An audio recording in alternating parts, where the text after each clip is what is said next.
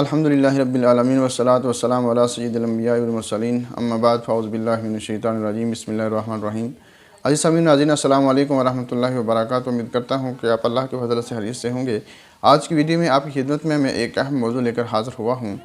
अज़ीज़ सामीन, आगाज़ में जब हज़रत सल्लल्लाहु अलैहि वसल्लम ने इस्लाम की तबलीग शुरू की तो उस सूरत में इस्लाम की दावत को ज़्यादा कुफ़ार मक्का कोई अहमियत नहीं देते थे। लेकिन मक्का मुकरमा में जब इस्लाम की इशाअत होने लगी, इस्लाम कबूल करने वालों की तादाद में इजाफ़ा होने लगा और जिनमें नौजवानों की बड़ी तादाद जो है शामिल हो चुकी थी, जिसकी वजह से जो बड़े लोग थे उनको बड़ी तकलीफ़ हुई ये कि ये जो हमारे नौजवान लोग हैं, हमारे जो नस्ल है वो अपने बाप दादा के दीन को छोड़कर और इस्लाम में जो है आए रोज़ जो है शामिल हो रहे हैं और हमारी इजाज़त और मर्ज़ी के ख़िलाफ़ जो है ये लोग इस्लाम में दाखिल हो रहे हैं। और जिसकी वजह से मुशरिकीन जो मक्का थे उन्होंने तरह तरह की अज़ीज़तें और तकलीफ़ें पहुँचाना शुरू कर दी मुसलमानों को। तो जो तकलीफ़ें पहुँचाने के असबाब थे वो क्या थे? सबसे पहले ये कि इस्लाम इनके अकायद और रसूम को गलत करार देता था। यानी कि जितने भी उनके अकायद थे, जितने भी उनके रसूम थी मजहबी, उन सब को इस्लाम गलत करार देता था। वो ये कि वो बुतों की पूजा करते थे। इस्लाम अल्लाह ताला की तौहीद का दर्स देता था और वो बुतों से मदद तलब करते थे। इस्लाम जो है ना इससे ममानत करता था और इस तरह बेशुमार जो है उनके अंदर जो रसूम और रिवाज जो है ना तश्कील पा चुके थे उनकी भी इस्लाम नाफी करता था, जिसकी वजह से उनको तकलीफ़ थी। दूसरी बात, इनके झूठे खुदाओं को जहन्नम का ईंधन बताता था, जो उन्होंने झूठे खुदा मुकर्रर कर रखे थे। आपको मालूम है कि इस्लाम से कबल लोग आग की पूजा करते थे, बुतों की पूजा करते थे, पानी की पूजा करते थे और हर वो चीज़ जिससे उनको खौफ आता या ताकत समझे, सितारों की, आग की, चाँद की पूजा करते थे। तो इस्लाम ने जो है इन तमाम चीज़ों को रद्द कर दिया, जिसकी वजह से उनको इस बात का भी जो है ना वो नाकाबिल बर्दाश्त थी ये बात भी उनके लिए कि इस्लाम जो है हमारे माबूदों को बुरा भला कह रहा है। और तीसरी बात है, कुरैश के बाद इखलाक़ों के कुरान में अलानिया ज़िक्र किया जाता था कि वो लोग जो है ना शुरू से जो है ना वो क्या करते थे कि उनके अखलाक बुरे थे, आपस में लड़ते झगड़ते थे और तरह तरह की बुराइयाँ उनके अंदर मौजूद थी। इस्लाम ने उन तमाम बुराइयों का कला कमा किया, जिसकी वजह से वो ये बात भी उनको जो है ना अच्छी नहीं लगती थी। चौथी बात यह कि मुतवल्ली काबा की हैसियत से कुरैश को अरब में जो बर्तरी हासिल थी, इस्लाम इसका ख़त्मा किए दे रहा था कि वो शुरू से ही काबा के मतवली थे, काबा के इंचार्ज जो है ना बने हुए थे और इस वजह से पूरे अरब के अंदर जो है उनको मोतबर और तस्वर किया जाता था और ये जो सरदारी है ये भी उनकी ख़त्म होती जा रही थी। और बनु हाशिम और बनु उमैया जो हैं एक दूसरे के वैसे भी खरीफ थे, मुखालिफ थे और इसलिए बनु उमैया जो ख़ानदान था बनु हाशिम के एजाज़ नबूवत को बर्दाश्त करने के लिए तैयार नहीं थे, इसलिए वो मुखालफत में पेश थे।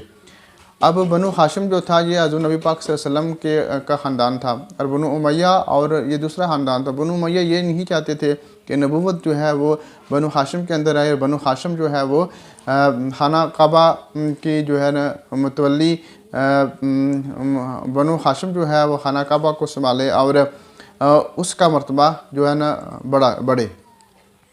ये वो तमाम बातें थी जिसकी वजह से वो ज़्यादा जो है तकलीफ़ पहुँचाते थे और ज़्यादा जो अज़ाएँ मुसलमानों को पहुँचाते थे। हज़रत सल्लल्लाहु अलैहि वसल्लम दावत इस्लाम में मसरूफ़ थे। कुरैश ने आप सल्लल्लाहु अलैहि वसल्लम को तरह तरह की अज़ाएँ देना शुरू कर दी।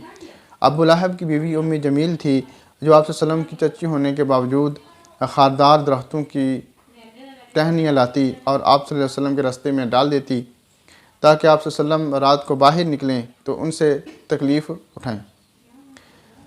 अबू लहब गलाज़त भरे गंदगी के टोकरे जो हैं आप सल्लम के दरवाज़े के सामने लाकर उंडेल देता और आप सल्लल्लाहु अलैहि वसल्लम हरम काबा में नमाज़ पढ़ रहे थे कि अबू जहल के कहने पर उकबा बिन उबई मोहित ऊँट की ओजरी उठा लाया।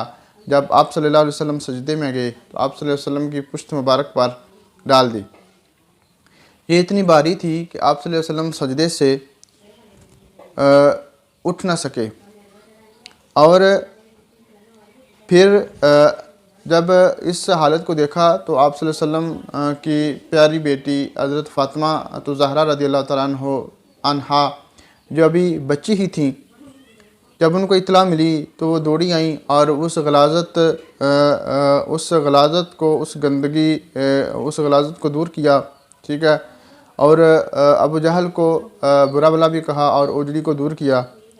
अबू जहल जो था इस कदर शकील कल्ब था कि इसने नन्ही बच्ची को ज़ोर से तमाचा मारा और जिसकी वजह से हज़रत फ़ातिमा रज़ियल्लाहु ताला अन्हा रोने लगी।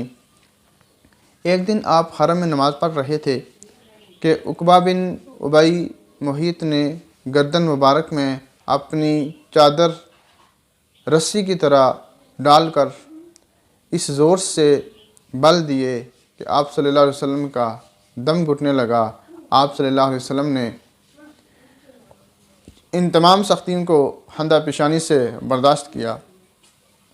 अज़ीज़ अमीन, जब हम सीरत रसूल सल्लल्लाहु अलैहि वसल्लम का मुताला करते हैं तो हमारी आँखें अश्कबार हो जाती हैं और दिल खून के आंसू रोने लगता है कि किस कदर ये मुश्किल दौर था जिसमें अल्लाह के प्यारे महबूब सल्लल्लाहु अलैहि वसल्लम ने अल्लाह के पैगाम को आम करने के लिए बेशुमार अज़ा और परेशानियों का सामना किया। बल्कि ख़ुद नबी पाक सल्लल्लाहु अलैहि वसल्लम खुद इरशाद फरमाते हैं कि दीन की तबलीग के सिलसिले में जिस कदर मैं सताया गया हूँ इस कदर कोई नबी सताया नहीं गया।